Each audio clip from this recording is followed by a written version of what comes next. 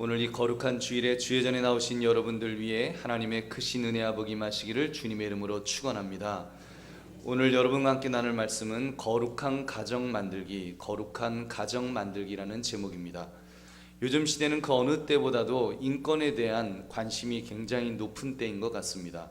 사실 인간의 권리에 대한 관심이 그 어느 시대에 그렇게 많이 있었던가요?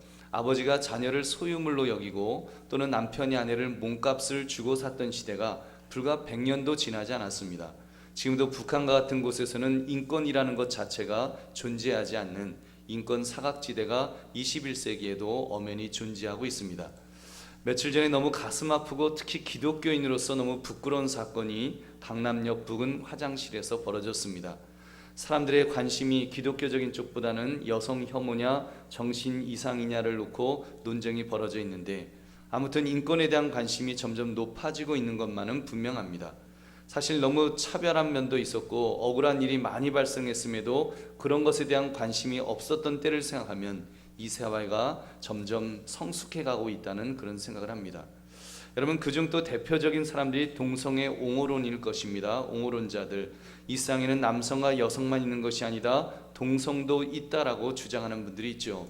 근데 사실 그 동성 안에도 세분화에 들어가 보면 또 굉장히 복잡합니다. 그런데 이미 미국을 비롯해서 많은 나라들이 동성 결혼을 인정하는 법을 만들었습니다. 이런 추이를 보고 염려하는 분들 중에는 이러다가 반려동물과 결혼시켜달라고 하는 분들도 있을 거고, 인공지능 로봇과의 결혼을 인정해달라고 할지 모르는 시대가 올 것이다, 이런 이야기를 합니다. 한마디로 남에게 피해만 안 준다면 모든 것을 다 허락하려는 시대가 될 거라는 것입니다. 그만큼 모든 사람의 인권에 대해서 첨예할 정도로 관심이 높은 시대를 살아가고 있음에 틀림없습니다. 한마디로 브레이크 없는 자동차처럼 인권이 어디까지 달려갈지 심히 염려가 된다는 말입니다. 여러분, 인권이라고 하는 것, 이 인간의 권리 굉장히 좋은 것 같지만 실상 성경적인 것은 아닙니다. 인권은 휴머니즘에서 온 사상입니다. 인간이 최고의 가치라는 것입니다. 근데 여러분, 성경 어디에도, 물론 성경에서도 과연 인간이 최고의 가치라고 그렇게 말씀하고 있을까요? 여러분, 그 성경에 온 천하를 얻고도 제 목숨을 잃으면 유익이 없다고 말씀하며 인간의 가치를 굉장히 최고로 인정합니다만, 그 가치는 하나님의 주권 하에서 인정된다는 사실을 여러분 아시는지요? 인간의 가치는 인간 자체에 있는 것이 아니라 인간을 창조하신 창조주께서 가치 있다 선포하신 것만큼 가치가 있습니다. 그 인간을 위해서 하나님의 아들이 십자가에 피 흘려 죽으시기까지 구원해 주셨기 때문에 가치가 있는 것이고, 하나님의 자녀로 삼으셨기 때문에 가치가 있다는 것입니다. 여러분, 하나님이 빠진 인간은 아무리 그 가치를 주장해 보았자 결국 아메바에서 파생된 고등한 생명체에 불과할 것입니다. 진화론자들의 주장이 그런 것 아니겠습니까?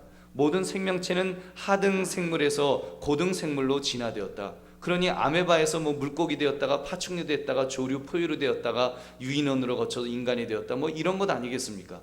그렇다면 결국 그 뿌리는 아메바이기 때문에 아무리 가치가 있어 보았자 인간은 별것 아닌 것이 되는 것입니다. 여러분, 그러다 보니까 이렇게 인권을 옹호하다가 오히려 자가당착에 빠지는 그런 경우도 있습니다. 사람을 죽이면 살인자가 되어서 이제 형을 선고받고 감옥에서 벌을 받습니다. 근데 사람 죽이면 사람들 별로 관심 없어요. 근데 만약 집에서 키우던 강아지를 누군가가 잔인하게 그렇게 죽였다면 아마 동물 애호가들이 벌떼같이 일어나서 그 사람을 자기 명까지 살지 못하도록 괴롭힐 것임에 틀림없습니다. 여러분, 그럴 때 보면 인간의 목숨이 강아지만도 못한 것 같아서 여러분 허탈할 때도 있다는 말입니다. 그래서 오늘 여러분과 함께 기독교인으로서, 특히 목사로서 이 시대의 관심에 대해 좀 영적인 면을 생각해 보자는 것입니다. 인권, 이제는 단 한 명의 인권이라도 건드려지면 큰일 나는 것으로 생각할 정도로 인권을 주장합니다. 근데 우리 믿음의 사람들이 인권만큼 그 이상의 것에 대해 관심을 가지고 있느냐는 말입니다. 여러분, 저는 그것을 영권이라고 말하고 싶습니다. 영혼의 권리라고 불러봅니다.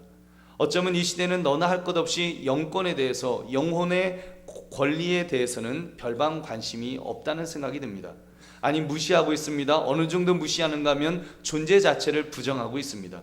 신앙 문제로 나는 술 안 마시겠습니다. 나는 주일에 출근할 수 없습니다. 예배 드려야 됩니다. 아마 그랬다가는 단박에 회사에서 쫓겨날 것입니다. 그리고 그것을 사회적 이슈로 다루려 하면 저 기독교인들이 정신없는 인간들이다. 당연히 회사를 위해 충성해야지. 자기네 종교 모임 가지겠다고 일을 안 하냐? 그냥 잘라버려라. 안 그래도 일자리 없는데 내가 가서 일하겠다. 아마 분명히 그렇게 말할 것입니다. 여러분, 우리 예수 믿는 사람들조차도 어쩌면 영혼의 권리, 여러분 그런 거에 대해서 얼마만큼 관심이 있는지요? 목사님 그런 게 있습니까? 목사님 너무 오버하시는 것 아니에요? 이렇게 말씀하실지도 모르겠습니다. 제가 조금 오버하는 발언을 하고 있는지도 모르겠어요. 그러나 그런 식으로 영혼의 권리가 무시되고 비난을 받고 핍박을 받아도 아무도 그것에 대해서 문제 삼지 않는 시대에, 이 시대가 과연 영적으로 여러분 바로 되어 있는 시대냐는 말입니다. 그리고 우리 믿음의 사람들조차도 영혼의 권리가 무시당한다는 것 자체에 대해 문제의식이 없는 것이 과연 우리가 건강한 신앙 상태를 가지고 있는지 질문해 보자는 것입니다. 어쩌면 우리는 정말 관심 가지고 애써야 할 것에는 관심이 없고 별로 중요하지 않은 문제에 대해서는 서로 흥분하면서 그렇게 막 온통 온 관심을 가지는 그런 모습으로 살고 있지는 않는지요. 성경에 보면 남성이냐 여성이냐 요즘 점점 뜨거워지는 여성 혐오에 대한 여성성 남성성 문제도 사실 이 땅에서의 문제이지 하늘나라로 가면 아무런 문제될 것이 없는 이수라는 사실을 여러분 아시는지요? 당장 남편 부인의 역할도 하늘나라 가면 아무것도 아니라고 우리 예수님 말씀하셨습니다. 그러니까 사두개인의 질문이 있었지요. 계대 결혼으로 7명의 형제들과 결혼했던 어느 그 여인이 이제 천국 갔을 때 7명의 형제들과 결혼했는데 그 여인이 누구의 남편이 누구의 아내가 될 것입니까? 라는 질문 앞에 예수님 이렇게 대답하였습니다. 마태복음 22장 30절에 부활 때에는 장가도 아니가고 시집도 아니가고 하늘에 있는 천사들과 같으니라. 아멘. 하늘나라 가면 천사 같은 존재가 될 텐데 남편 부인 그런 성이 무엇이 중요하냐라고 말씀하신 것입니다. 여러분, 그런데도 세상은 이렇게 남녀의 그런 사랑 그런 결혼 이런 거에 그냥 목숨을 거는 거예요.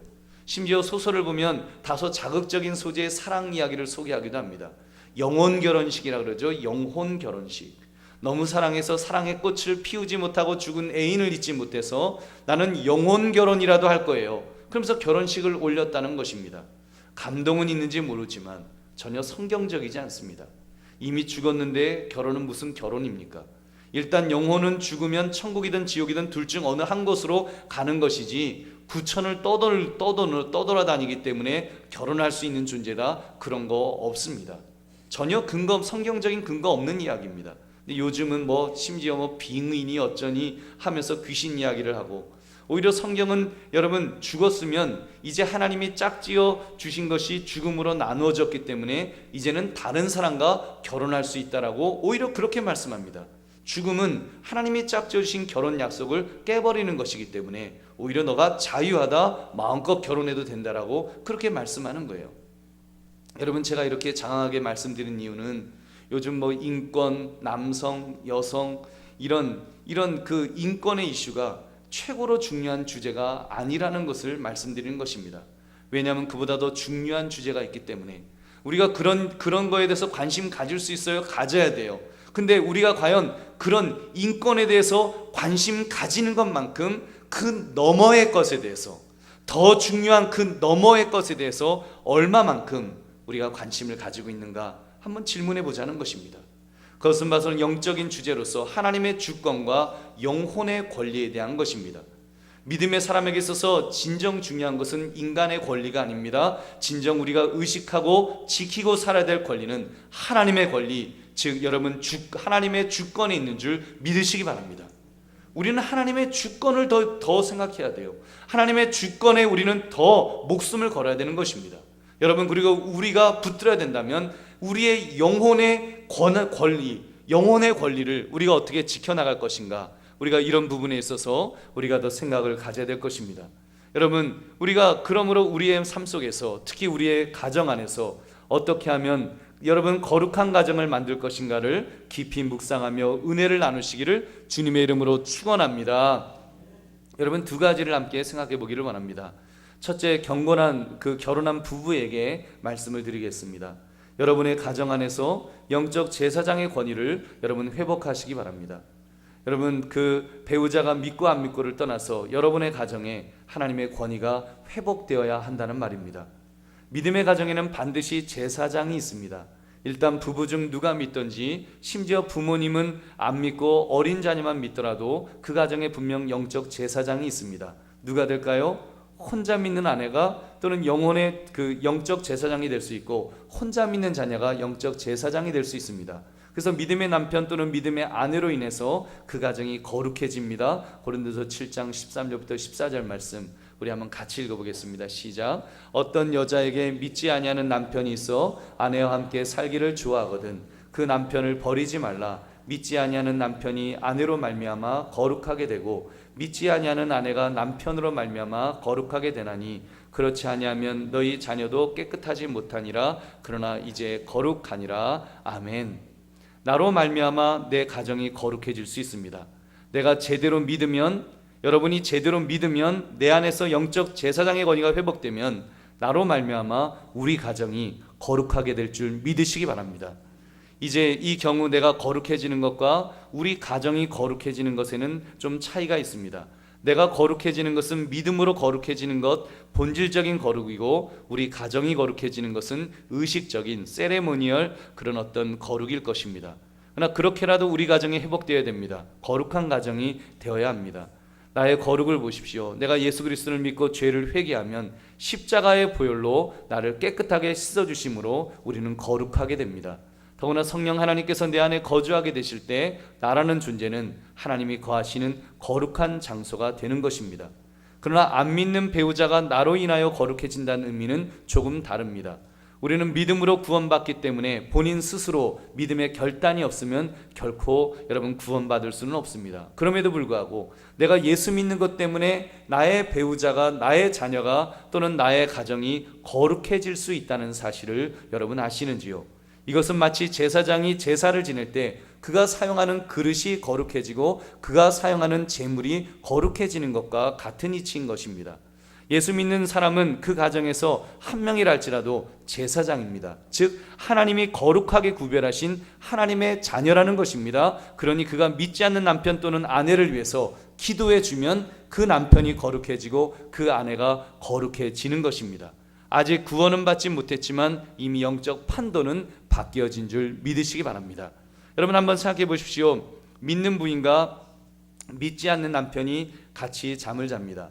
남자는 여느 때처럼 진탕 술을 먹고 들어와서 드르렁 그러면서 이제 잠을 자고 있는 거예요. 그리고 옆에서는 믿는 부인이 새근새근 잠을 자고 있는데 거기에 하나님의 은혜의 빛이 비추이는 것입니다.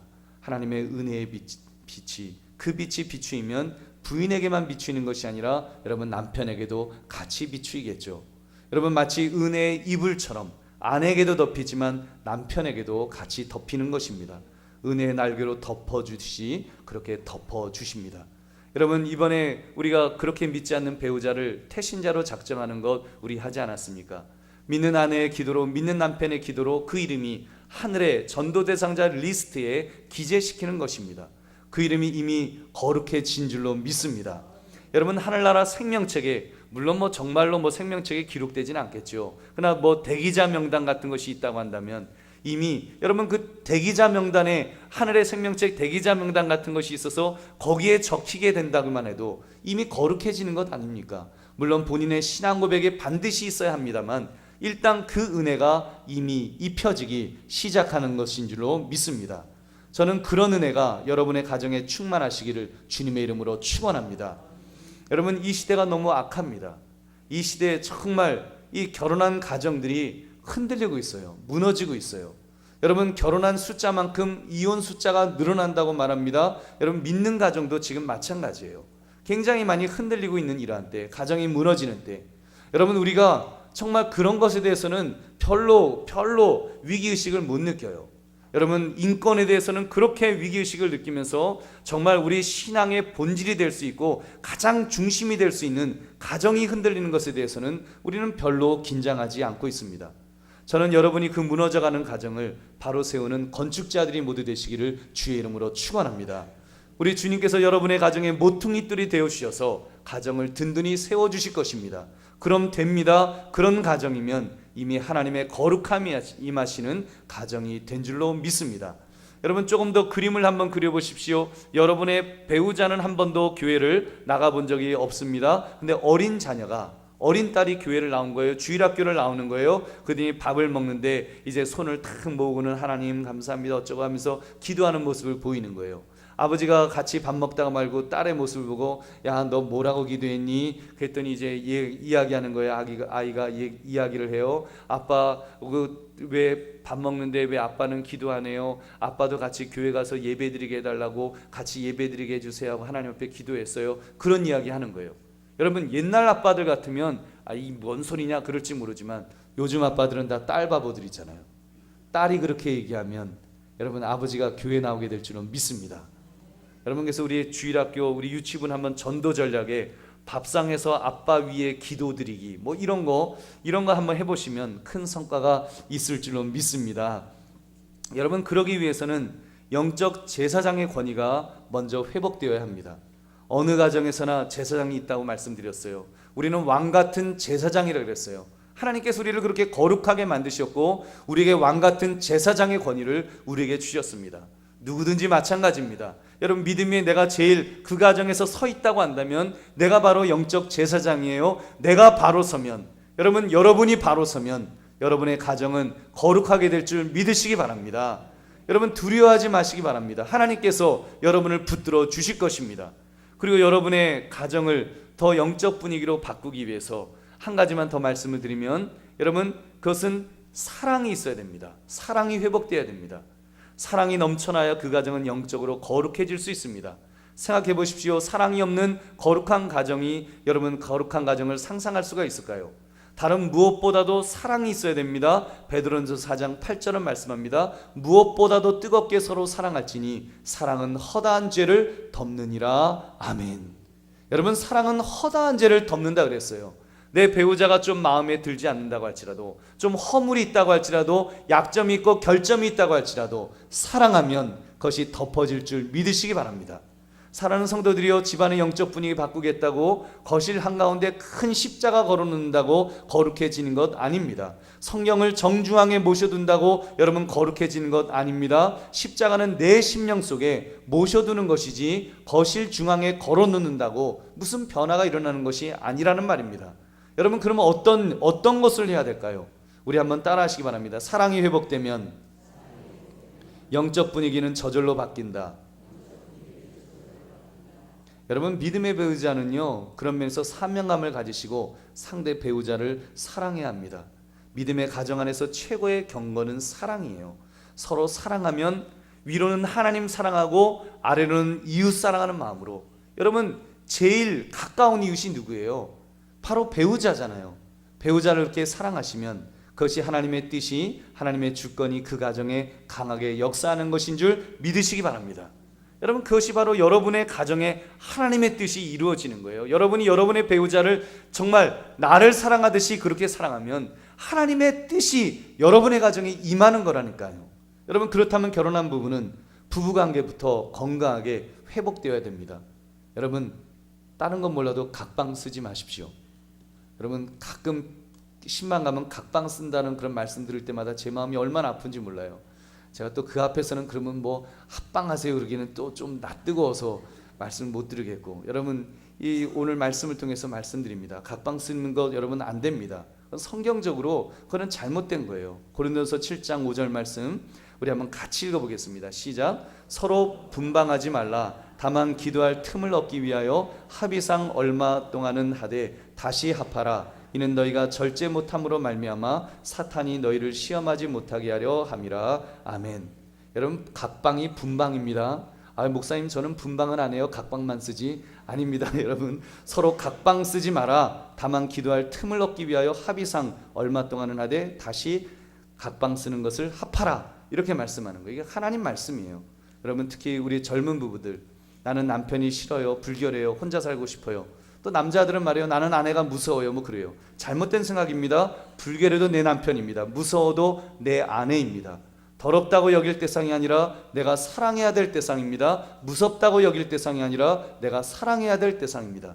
고린도서 7장 2절부터 4절은 그걸 말씀해요. 음행을 피하기 위하여 남자마다 자기 아내를 두고 여자마다 자기 남편을 두라. 남편은 그 아내에 대한 의무를 다하고 아내도 그 남편에게 그렇게 할지라. 아내는 자기 몸을 주장하지 못하고 오직 그 남편이 하며 남편도 그와 같이 자기 몸을 주장하지 못하고 오직 그 아내가 하나니.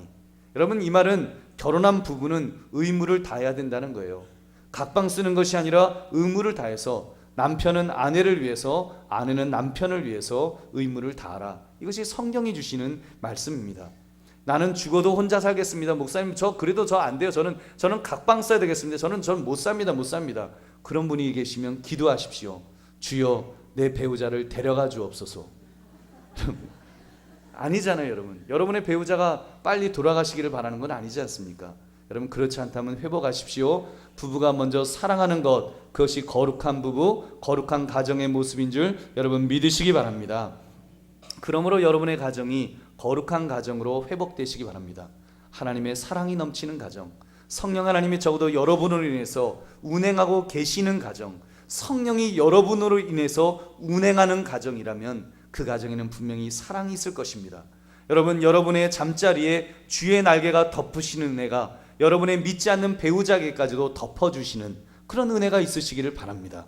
그런 정말 하나님의 은혜가 넘치는 그런 은혜가 충만한 가정 되시기를 주님의 이름으로 축원합니다. 두 번째로 독신인 분들에게 말씀드립니다. 독신 가정으로서 영적 제사장의 권위를 회복해야 합니다. 요즘은 독신 가정이 많이 있습니다. 우리나라 1인 가구가 1980년에는 30만 가구였는데 2010년에는 414만 가구, 2015년에는 506만 가구로 17배가 뛰었습니다. 여러분, 그 퍼센테이지라면 90년까지만 해도 9%였는데 2010년에는 23.9%로 올랐고 아마 지금은 거의 한 30%까지 오르지 않았는가 싶습니다. 이 말은 우리 교회도 상당수가 1인 가구로 사신다는 말입니다. 이 숫자는 점점 늘어날 거예요. 이게 지금 이 시대의 어떤 추세입니다. 이렇게 혼자 살다 보면 사실 죄의 유혹은 분명히 더 많을 것입니다.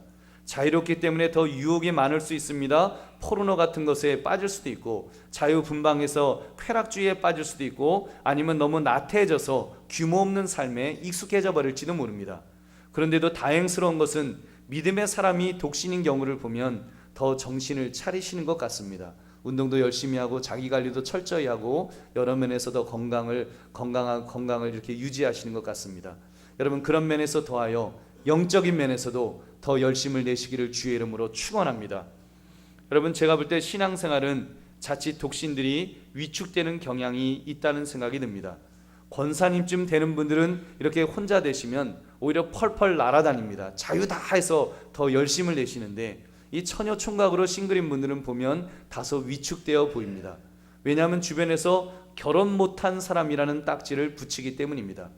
글쎄요, 결혼을 못하는 사람이 어디 있겠습니까? 결혼이 무슨 고시 패스도 아닌데, 무슨 뭐 시험 봐서 합격하는 것도 아닌데, 여러분 결혼은 못하는 게 아니에요. 따라하시기 바랍니다. 짝을 못 만난 것뿐이다. 짝을 못 만난 것뿐이에요. 문제는 신발이, 이 집신도 짝이 있다 그러는데 문제는 이 신발이 뒤엉켜 있어서 내 짝이 신발 상자 맨 밑에 깔려 있으면 만나기가 힘든 거예요. 그래서 여러분, 어느 노처녀가 이제 선을 봤는데 너무 마음에 드는 남자가 탁 나타난 거예요. 마음에 확 드는 거예요. 그 남자도 이제 호감을 가지고 서로 이제 마음이 탁 맞은 거예요. 근데 대뜸 그 노처녀가 그 남자의 따귀를 절버덕하고 때리더래요. 그러더니 어디 갔다가 이제 나타났어 그러더라는 거예요. 그리고는 결혼해서 행복하게 살았다는 전설 같은 이야기가 있습니다. 여러분, 제가 볼 때 결혼은 자기 짝을 제대로 만난 것뿐입니다. 아주 오래전에 그 신혼부부들 모아놓고 무슨 행사하는 그런 프로그램이 있었잖아요. 신혼부부들 모아놓고 게임도 하고 하는데 보면 여러분, 여러 커플이 모이다 보니까 아주 멋있는 그런 커플도 있는가 하면 좀 아닌 커플도 있잖아요. 이 등급이 좀 이렇게 좀 매겨지는 것처럼, 야, 정말 저 커플은 좀 너무 아니다. 야, 정말 저 여자 배우자 또는 저 남자 배우자는 정말 속상해갖고 창피해갖고 고개를 못 들겠다. 여러분, 그런 마음 객관적으로 볼 때, 우리가 겉에서 볼 때는 좀 그런 마음 드는 그런 프로그램 여러분 보신 적이 있으세요? 전 본 적이 있는데 근데 그게 아니더라고요. 여러분, 그런 거 없습니다. 그 남녀가요, 둘이 서로 그윽한 눈빛으로 쳐다보는데 이거는 완전히 당신이 최고예요라요. 당신이 최고예요. 여러분, 무슨 말입니까? 하나님께서 우리 눈에 이 콩깍지를 씌워 놓으시니까 제일 이쁘고 제일 멋있어 보이는 것입니다. 그러니까 결혼하는 겁니다. 결혼은 그런 거예요. 자기 짝을 만나서 결혼하는 것 뿐이에요. 여러분, 처녀총각 여러분, 문제는 딱 하나, 나에게 맞는 짝을 아직 못 만난 것 뿐인 줄로 믿습니다. 여러분, 그래서 위축되지 마시기 바랍니다. 지금 우리 싱글 라이프를 오히려 자신 있게 좀 즐기십시오. 얼마나 또 그런 면에서 어떤 면에서는 좋습니까? 여러분, 그리고 주변의 분들은 괴롭히지 마세요. 싱글인 분들 자꾸 괴롭히지 마세요. 괜히 만나면은 이렇게 누구 소개도 안 시켜주는 사람이 언제 결혼할 거야? 국수 먹어야지. 그런 얘기하지 마세요. 왜 그래요? 그럴 필요 없어요. 그냥 기도해 주시고, 아니면 제일 밑바닥에 지금 숨겨져 있는 그 딱 맞는 짝을 이렇게 연결을 시켜 주시든지, 여러분, 그렇게 해야지 이렇게 괴롭히지 마시기 바랍니다. 사도 바울은요, 결혼하지 말라 그랬어요. 결혼하지 마라.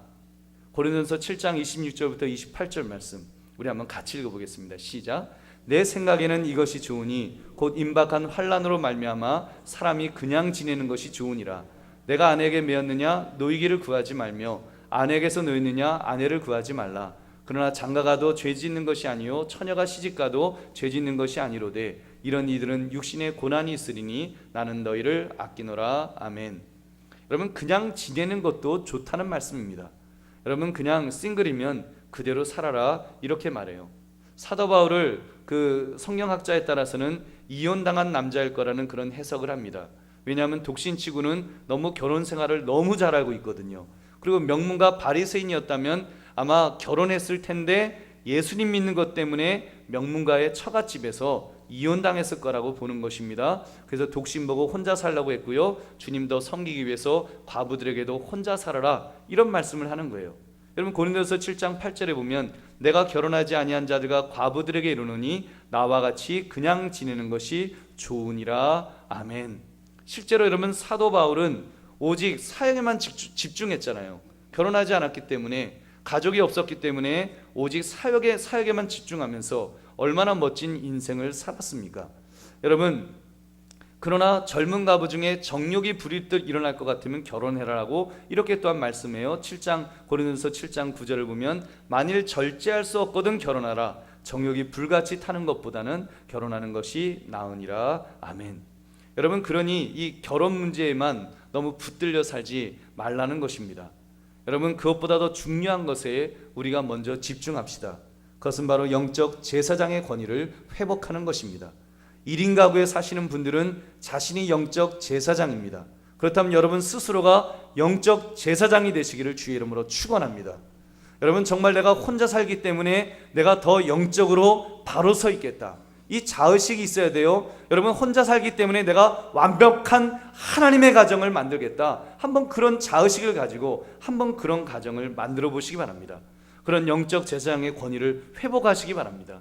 그냥 사는 것이 아니라 더 믿음에 서 있어야 한다는 것입니다. 믿음의 사람으로 든든히 서 있어야 됩니다. 더 적극적으로 되어야 됩니다. 내가 혼자면 그만큼 자유로운데 더 열심히 주님을 위해서 일할 수 있지 않습니까?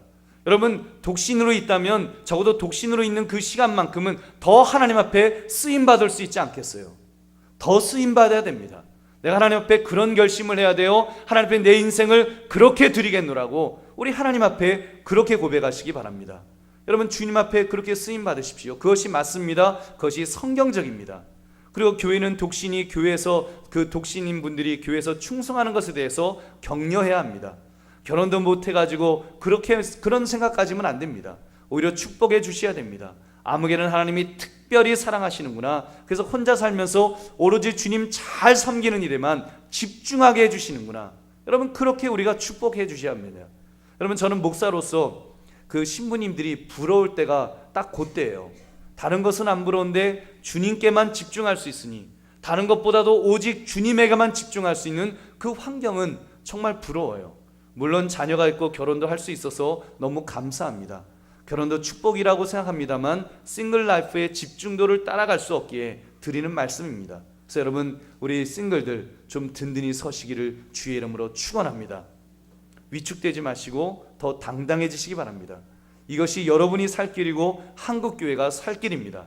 앞으로는 점점 싱글 라이프가 많아질 거예요. 여러분, 정말 그런 시대가 올 거예요. 우리가 그것을 잘못되게 보면 안 됩니다. 그 안에서 하나님께서 주신 사명이 무엇인지를 바라보면서 우리가 또 그 안에서 더 당당하게 서 있어야 됩니다. 여러분, 우리 사단이 삼킬자를 찾으며 정말 무섭게 날뛰는 시대입니다. 우리가 싱글들이 더 깨어 있어야 됩니다. 깨어서 주님 앞에서 더 거룩해지면 나머지 문제는 하나님께서 여러분의 인생을 책임져 주실 줄 믿으시기 바랍니다. 여러분, 여기 앉아 계신 또 우리 어린 청년들도 이 말씀에 해당되는 사람입니다. 젊기 때문에 무엇이든지 모두 가하다고 생각하십니까? 젊으니까 자유가 있으니까 내 마음껏 살아보리라, 그런 마음이 여러분 있으신지요? 여러분, 살아보십시오. 마음껏 살아보시기 바랍니다. 다만 하나님 앞에서 사시기를 여러분 바랍니다. 하나님 앞에서 마음껏 사십시오. 구체적으로 어떻게 살 것인가는 여러분이 판단해야 될 문제일 것입니다. 단 거룩하게 사십시오. 하나님 앞에서 거룩하게 살려고 애를 쓰십시오. 왜냐하면 그것이 믿음의 사람의 마땅한 모습이기 때문입니다. 전부터 청년들이 하는 하소연 중에 이런 말이 있었습니다. 예수 믿는 사람은 아무것도 못해요. 아무것도 못해요. 이것도 하지 마라, 저것도 하지 마라, 술도 먹지 마라, 담배도 피우지 마라, 원나잇 스탠드 같은 뜨거운 연애도 뭐 하지 마라, 뭐 다 못한대요. 여러분, 술 먹는 것이, 담배 피우는 것이 마음대로 사는 것입니까? 여러분, 성적으로 방탕한 것이 내 마음대로 멋지게 사는 그런 인생일까요? 여러분, 반대로 술 안 먹을 권리, 담배 안 피울 권리는 여러분 그것을 지키는 것도 그것이 자랑스러운 일 아니겠습니까? 보세요. 여러분, 지금 뭐 술 먹는 거, 담배 피우는 거, 또래들이 얼마나 협박을 해요. 너 그거 안 하면 사람도 아니다. 어떻게 그러고 사니? 그렇게 계속 협박하잖아요. 또래의 그런 압력이 있잖아요. 거기에 넘어가지 말라는 거예요. 대학교 들어가면 MT가 갖고 막 술 부어라 마시면서 그렇게 막 마시게 하잖아요. 여러분, 거기에 왜 끌려다녀요? 믿음의 사람이 왜 내가 아니요, 나는 안 하겠어요 라고 하는 그 권리를 왜 포기합니까? 그건 마음대로 사는 게 아니에요. 그거는 오히려 끌려다니는 삶이지요. 믿음의 사람으로서 여러분, 내가 지켜야 될 것은 지키겠다고 할 수 있는 것, 그것도 여러분 내가 마음대로 사는 길인 줄 믿으시기 바랍니다. 오히려 하나님 안에서 마음대로 살자는 거예요. 기왕 한 번 살다 가는 인생인데 한 번 그렇게 멋지게 아닌 거는 아니라고 말할 수 있는 그런 삶을 한번 살아보시기 바랍니다. 그러면서 하나님 안에서 마음껏 사십시오. 하나님이 가하다고 하시면 여러분 무엇이든지 할 수 있습니다. 주님 안에서도 얼마든지 할 수 있는 것들이 너무너무 많습니다. 하나님께서 다 허락해 주시는 거예요. 우리가 하나님 앞에서 내가 거룩하겠노라고, 내가 하나님 앞에서 거룩한 인생을 살겠다고 고백하면서 살아가면 하나님은 우리가 마음대로 살 수 있도록 우리에게 자유를 주실 줄 믿으시기 바랍니다. 분명해요. 여러분, 하나님께서는요 정말 하나님 앞에 내가 거룩하게 살겠다고 그렇게 고백하는 사람은 죄악된 것은 하고 싶은 마음을 아예 생기게 안 놔두세요. 죄악된 것은 생각이 안 나는데 하고 싶지를 않은데 여러분 얼마나 좋습니까? 갈등할 것도 없고 오히려 정말 하나님이 기뻐하시는 것, 하나님이 복 주실 것들, 축복된 일들을 할 수 있는 것입니다. 얼마든지 연애하실 수 있고요, 얼마든지 이렇게 운동도 하시고 취미생활도 하시고 여러분 일들을 하십시오. 단 주님 안에서 하십시오. 거룩하게 사는 주님 안에서 하시면 하나님께서 여러분의 삶 모든 것에 복 주시고 은혜 주실 줄 믿으시기 바랍니다. 그러므로 정말 멋지게 내가 하고 싶은 것 마음대로 하며 살아가시는 우리 여러분들 되시기를 주님의 이름으로 축원합니다. 말씀을 맺습니다. 거룩한 가정 만들기, 이 일을 시작합시다. 이 시대가 악하기 때문에 영적으로 더 깨어서 시작해야 됩니다. 우리가 여러분 인권에 대해서는 이렇게 관심을 가지고 있으면서 정말 영혼의 권리에 대해서 내가 가져야 될 영혼의 권리를 제대로 가지고 있지 못하면 우리가 오늘 말씀을 통해서 내가 영혼의 권리를 가져야 될 것을 여러분 다시 한번 생각하시기 바랍니다. 더 인권 너머에 하나님의 주권에 대해서 더 무게 중심을 두며 사시기 바랍니다. 그래서 여러분 나의 가정을 거룩하게 만드시고 설령 1인 가구로 사신다 할지라도 여러분의 가정을 거룩하게 만드시기 바랍니다. 거룩하게 만들 수 있습니다. 거룩해질 수 있습니다. 그러면 여러분 그런 자부심 가지고 만드시면 하나님께서 기뻐하시고 하나님께서 은혜와 복을 부어 주실 것입니다. 그러므로 하나님이 기뻐하시는 거룩한 가정을 모두 만들어 가시는 저와 여러분 되시기를 주님의 이름으로 축원합니다. 우리 오늘 말씀